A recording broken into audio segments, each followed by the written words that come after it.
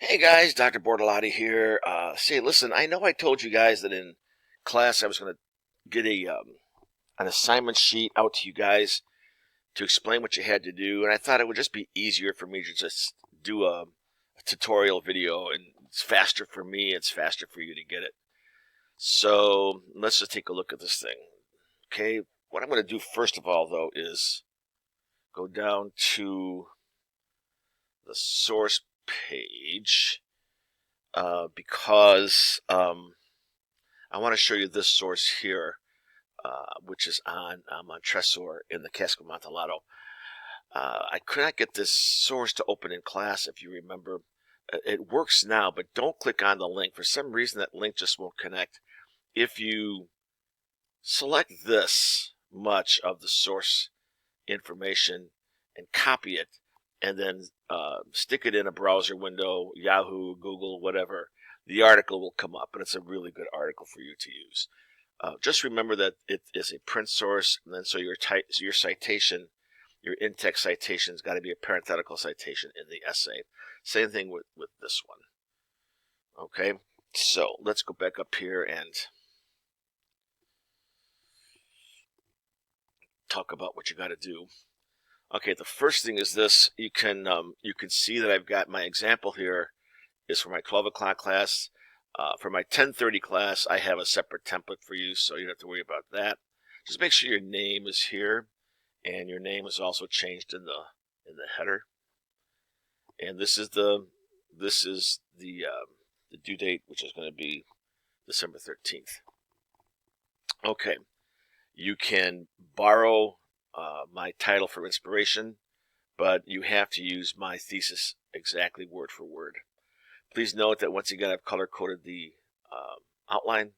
It really helps you write the essay, and if you keep it color-coded when you do your first draft, it really helps me proofread your essay. It really helps me a lot. Okay, let's just do some things to remind you what's going on here. You're to take 3 characters from the short stories, and they will be your subtopics. Notice they are in red. Then you are to take 1 non-fictional person from history, sports, culture, entertainment, politics, whatever, and use that as your B entry, the green entry. The blue entry is going to be the trait that, in this example, the trait that the king and Hopfrog and Julius Caesar have in common, which is they're both tyrants. Same thing down here. Both Fortunato and Julius Caesar are vain. Both Matilda and Julius Caesar were selfish. Okay, that's how you build this outline. Okay, if we come down to now, if you come down to the essay, notice that my thesis appears in the introduction, and you can use my introduction as inspiration for your own introduction. Take whatever you need from it. It's okay, I don't mind. As well as my subtopic sentences. I've written some good ones here to inspire you, and you can simply borrow them as well. It's okay with me.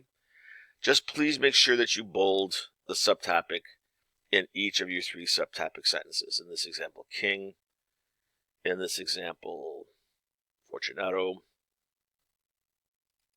And the last example, it is Matilda.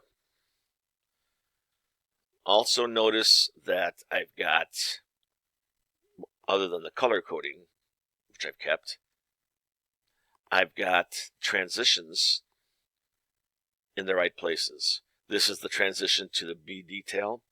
I've bolded it, I've underlined it, and I italicized it. I've given it special attention. I've bolded the A detail, I've bolded the B detail. Once again, why do I have you do this?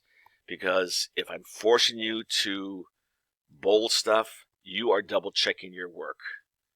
You're comparing what you wrote in the essay to your outline, and makes you follow your outline.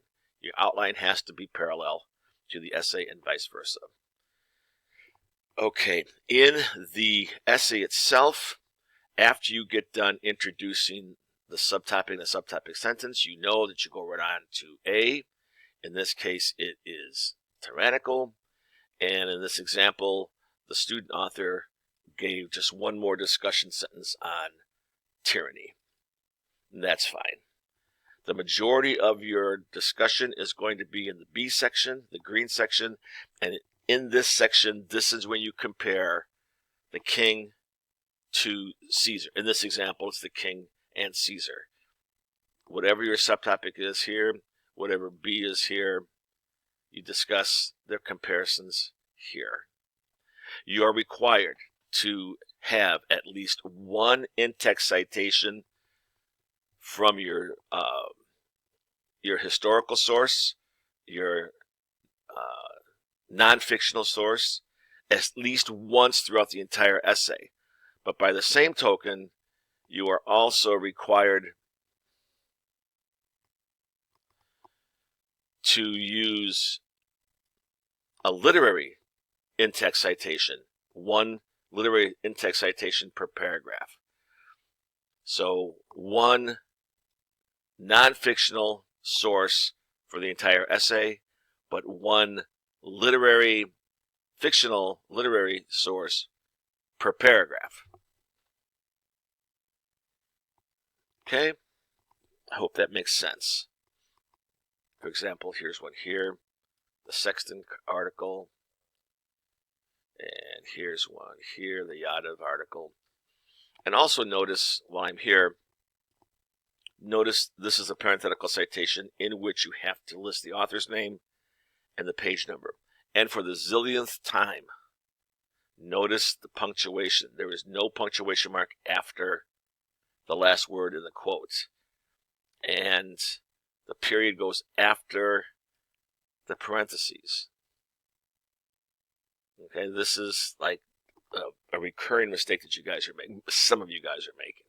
Just really got to clean this up. Notice the punctuation marks in your parenthetical citations. And also for the most part, periods go inside quotes, except in the citation. The period goes over here. Remember this? Yeah, the period goes, or punctuation mark goes outside the quotation marks. Another thing, I hope I'm not making you dizzy as I scroll through this thing.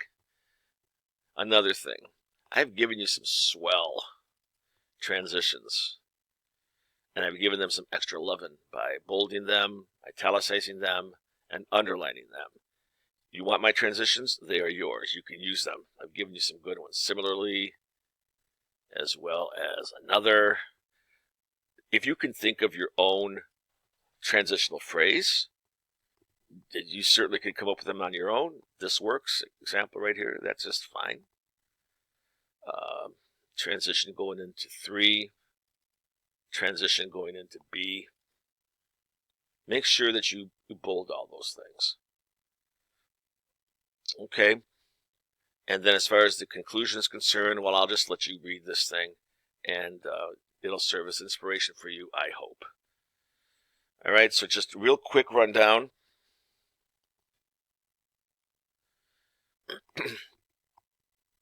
Fictional character is your subtopic. Your non-fictional person is the B detail. This is the trait that they have in common, the A detail. Okay, next.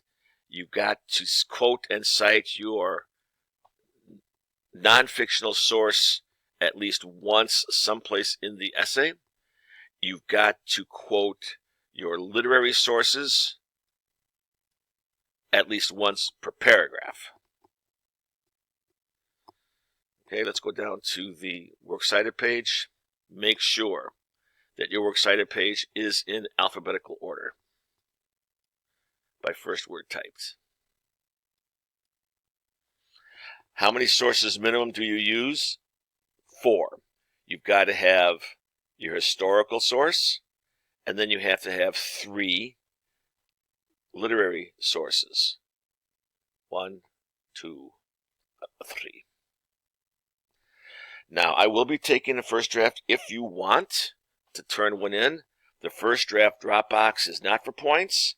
It's up to you. It's optional, but it is currently open in the Assignments tab. And I also have collected all the sources that we've used in this unit and put them in one module. I've also taken all my lectures and put them in one module as well. So everything that you need, including this tutorial, is available to you to help you write your essay.